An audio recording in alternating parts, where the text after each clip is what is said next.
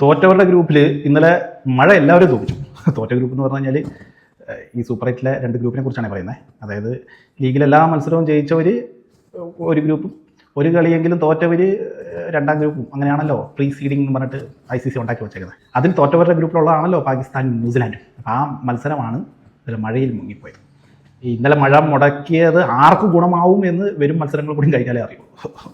പാകിസ്ഥാന് പണിയാവാനാണ് സാധ്യത ഞാൻ കാണുന്നത്. കാരണം പാകിസ്ഥാന് ന്യൂസിലാൻഡിൻ്റെ മേലെ ഒരു എഡ്ജ് ഉണ്ടായിരുന്നു. അതുകൊണ്ട് തന്നെ ഒരു ന്യൂസിലാൻഡിൻ്റെ കയ്യിൽ നിന്നുള്ള 2 പോയിന്റ് വിചാരിച്ച് തന്നെയാണ് അവിടെയാണ് ഓരോ പോയിന്റ് ഷെയർ ആയി പോയിരിക്കുന്നത്. കാരണം 2014 ലോകകപ്പിന് ശേഷം ന്യൂസിലാൻഡ് ലോകകപ്പുകളിൽ പാകിസ്ഥാൻ തോപ്പിച്ചിട്ടില്ല. പിന്നെ ഈ 5 സ്പിന്നർമാരുമായിട്ടാണ് കൊളംബോ പിച്ചിൽ പാകിസ്ഥാൻ ഇരുന്നത്. അത് ന്യൂസിലാൻഡ് എങ്ങനെ നേരിടുമെന്നൊക്കെ ഒരു കൗതുകപരമായ കാര്യമായിരുന്നു. അത് നടന്നില്ല. ഏതായാലും ഈ ഒരു മഴ പാകിസ്ഥാന് ഒരു പോയിന്റ് പോയതുപോലെയാണ് എനിക്ക് തോന്നുന്നത്. പറയാൻ പറ്റുക, ക്രിക്കറ്റ് അല്ലേ, നമുക്ക് തോന്നലുകളല്ലേ ഇങ്ങനെ വിളിച്ച് പറയാൻ പറ്റും. ഇനി പാകിസ്ഥാൻ്റെ അടുത്ത കളി ഇംഗ്ലണ്ടിനോടാണ്. ഇംഗ്ലണ്ട് ആക്ച്വലി ഈ ലോകകപ്പിന് മുമ്പ് ശ്രീലങ്കയിൽ ഒരു T20 സീരീസ് ജയിച്ച് നിൽക്കുക.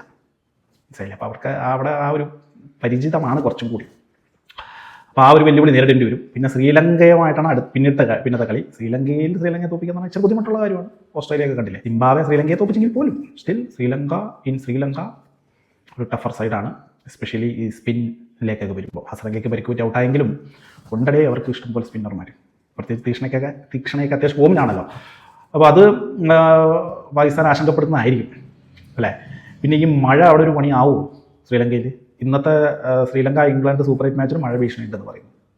അറ്റ്ലീസ്റ്റ് കുറച്ച് ഓവറെങ്കിലും കട്ട് ആവാൻ സാധ്യത ഉണ്ടെന്നൊക്കെ പറയുന്നു. അതൊരു രസം കൊല്ലിയായിപ്പോയത്.